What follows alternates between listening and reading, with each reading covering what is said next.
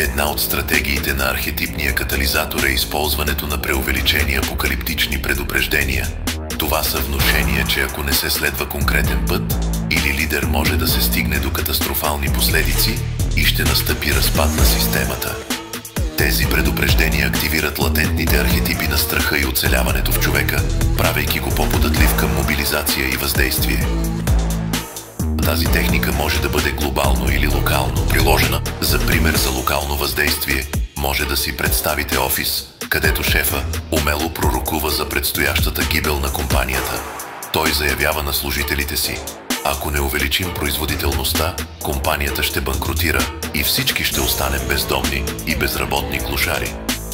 Служителите, обзети от страх, започват да работят до изнемощяване, вярвайки, че само така ще избегнат катастрофалното си падение. В тази мрачна комедия колегите започват да се надпреварват кой ще остане по-дълго в офиса, за да помогне в тази последна битка за оцеляване на компанията.